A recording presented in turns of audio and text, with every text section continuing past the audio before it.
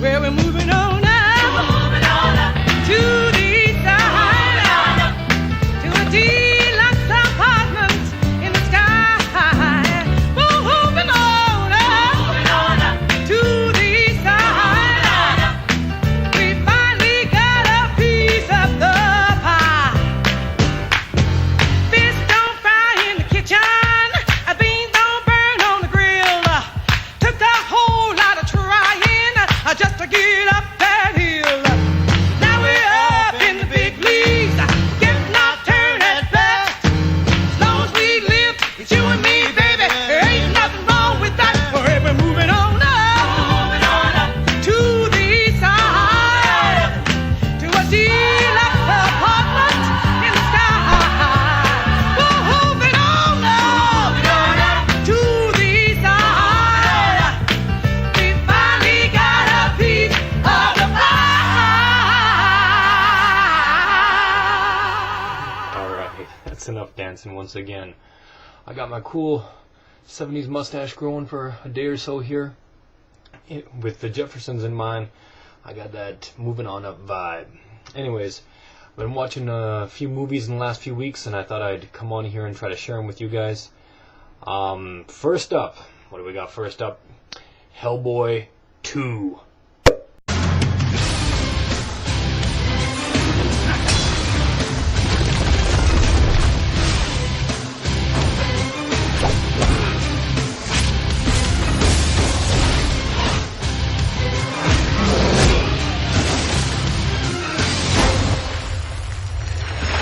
Now you pissed me off.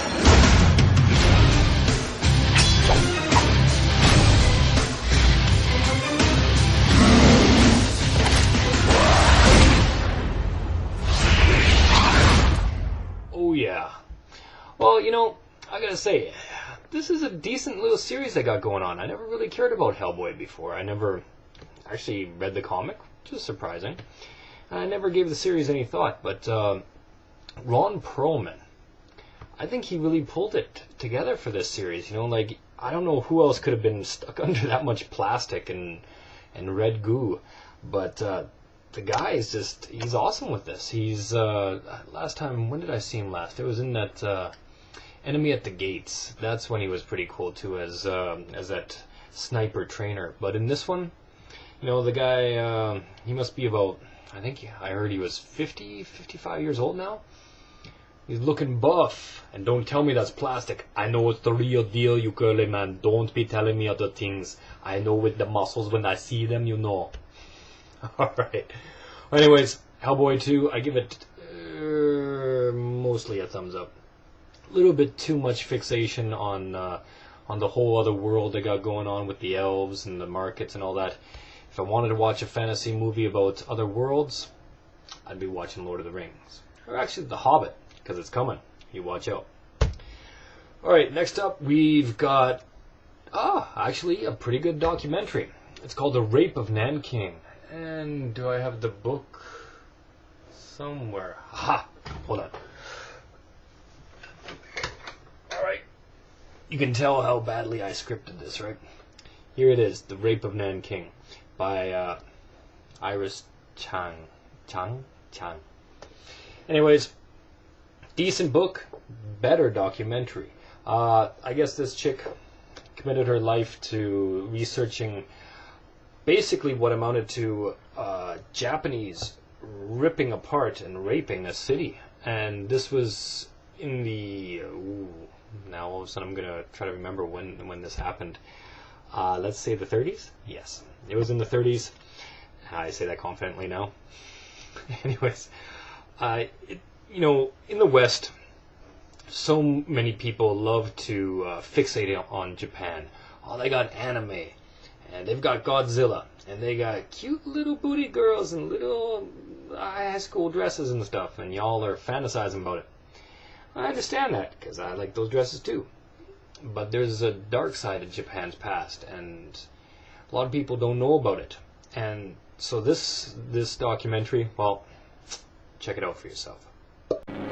The swift Japanese advance on the national capital make the vicinity of Nanking a place of danger. The Nipponese invaders strike westward with incredible speed. the defenders bravely ignore a Japanese ultimatum calling on them to surrender.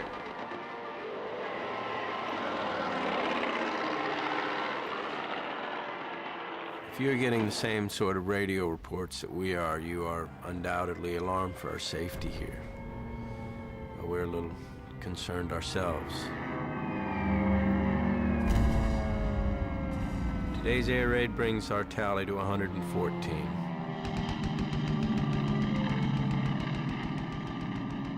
The tally must come to a close, as today was one long air raid from morning till night. I am writing this to the tune of big guns just outside of the city. Japanese advance guards have reached the walls in several places. Yeah, it's pretty brutal, actually. I gotta say, some of the stories, if you can listen to them and you don't cry, you're a heartless mofo, because it's horrible. War is horrible in general, but let's not try to beautify Japan at all.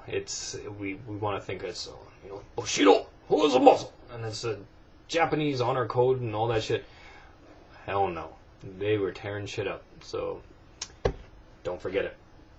Okay, last but definitely not least on my list today is going to be The Dark Knight.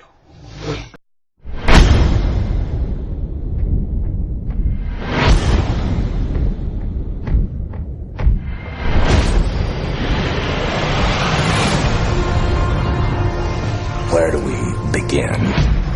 A year ago, these cops and lawyers wouldn't dare cross any of you. I mean, what happened? So what are you proposing? It's simple. Kill the Batman.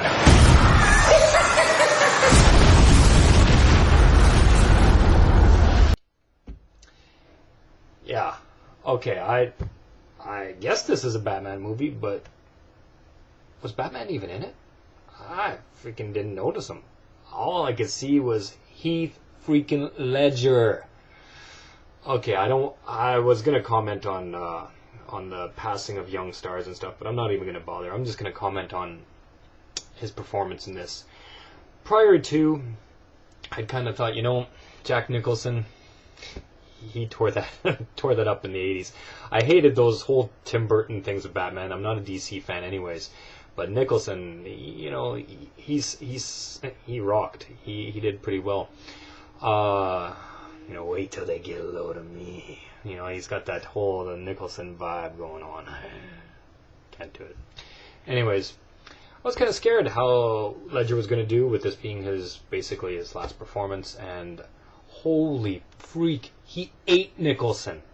He just demolished this role. He was awesome. And I don't know what else to say about it. Sometimes they might give out sympathy Oscars to people just because, after their passing or something.